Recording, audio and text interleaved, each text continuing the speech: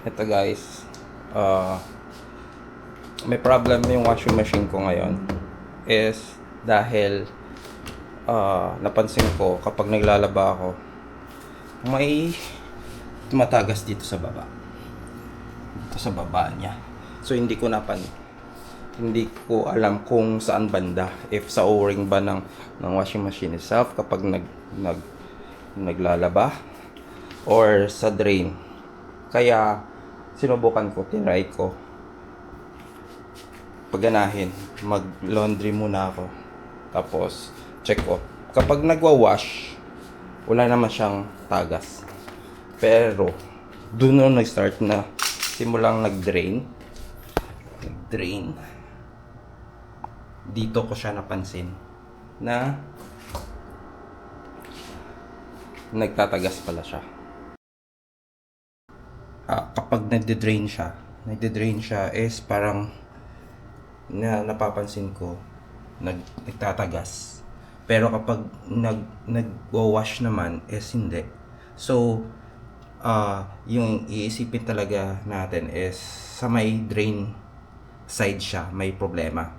So nung napansin ko, binuksan ko to yung washing machine ko, tapos nagtry akong mag laundry wash pa, walang tagas, walang tulo dito sa bandang baba.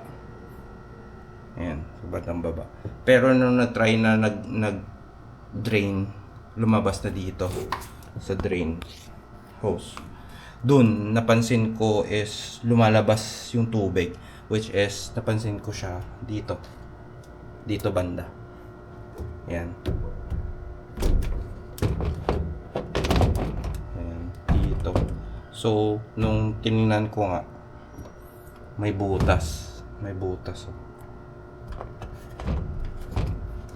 butas. Yan, punit na pala. Ayan. So, maghahanap tayo ng parts ngayon dito for this part. So, madali lang siyang tanggalin kasi naka ano bang tawag dyan?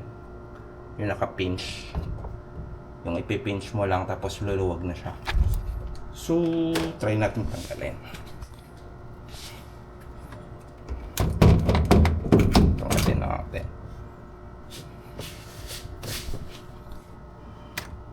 Yun. Ayan. So, mabilis lang sa itanggal. So, kailangan nating alamin mamaya pag nakabili tayong parts, is if nakabili tayo ng parts nito is kailangan pareho din yung iba way din yung pagbalik natin. So, video natin ng sakto. Yan. Kasi baka magkabaliktad. Yan. Pero sa tingin ko, hindi naman tayo magkakaproblema sa baliktad kung sakaling magkabaliktad tapos hindi magmatch. Or kung pareho lang din naman yung size ng opening ng bawat isa. Wala naman tayong problema sa ano. Kasi hindi naman to specific na ano, parang drain hose lang naman siya. So, hindi tayo magkakamali. If magkakamali man tayo, walang magiging problem. Ayan guys, since matigas yung sa other side, no choice tayo. Wala nating lagyan ng gigilitan natin. Anyway, sira na din naman to, punit na. So, bakit natin i-bother na ingatan pa natin? So, hatawin na natin.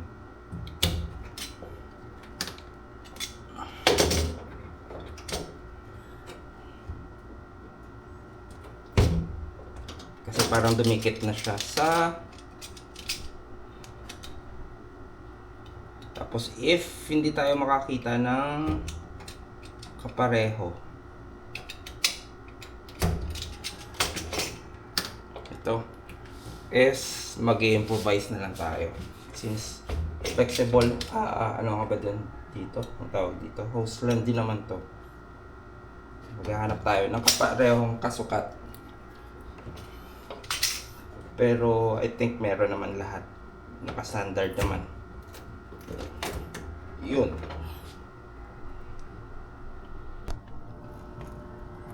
Yun. Natanggal na siya. Pinunit ko na. Nila ako ng cutter. Yan. Yun. So, ito na guys. Yan. Ito siya. So, sobrang luma na nga talaga. Warak na. Yung drain. Yeah. Ano? So, tara. Maghahanap tayo ng pwedeng pamalit dito. Or kung meron talagang ganito.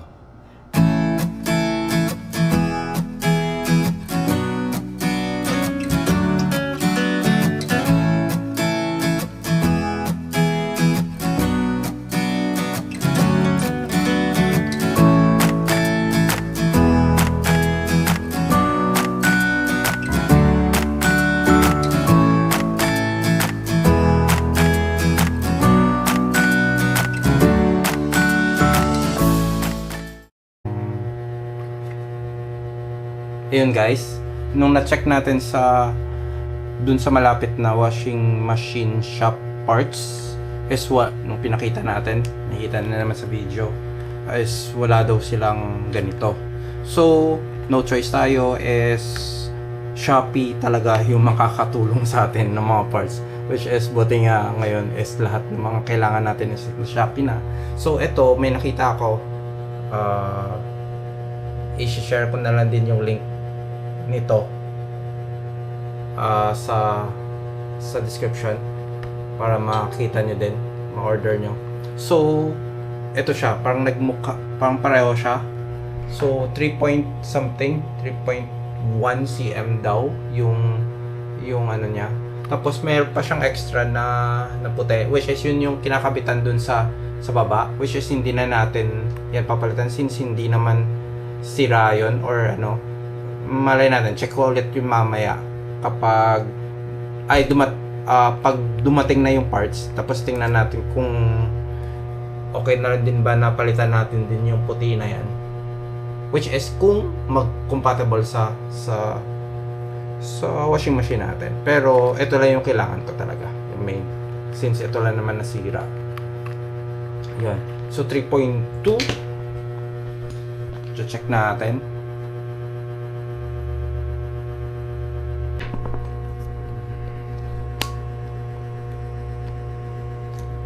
Yun guys, yes, measure natin. So 3.2 daw.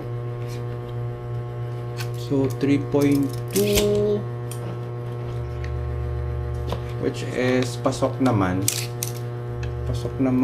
siya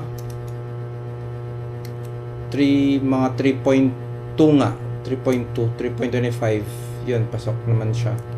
Tapos 3.2 din to, 3.25, actually 3.25 kung visual measurement ko dito. Pero syempre estimate lang since nag-extend na to or nag-stretch na tong rubber na to. Pero almost close naman. Pero wala tayong problema kung ano, since may lock naman, magko-compress din yung rubber na to sa paglalagyan natin. So, yun.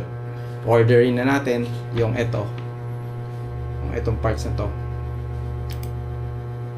sa ano natin. So, yun. Hintayin na lang natin yung parts pagdating. Then, part 2 para ikakabit natin. Bye-bye!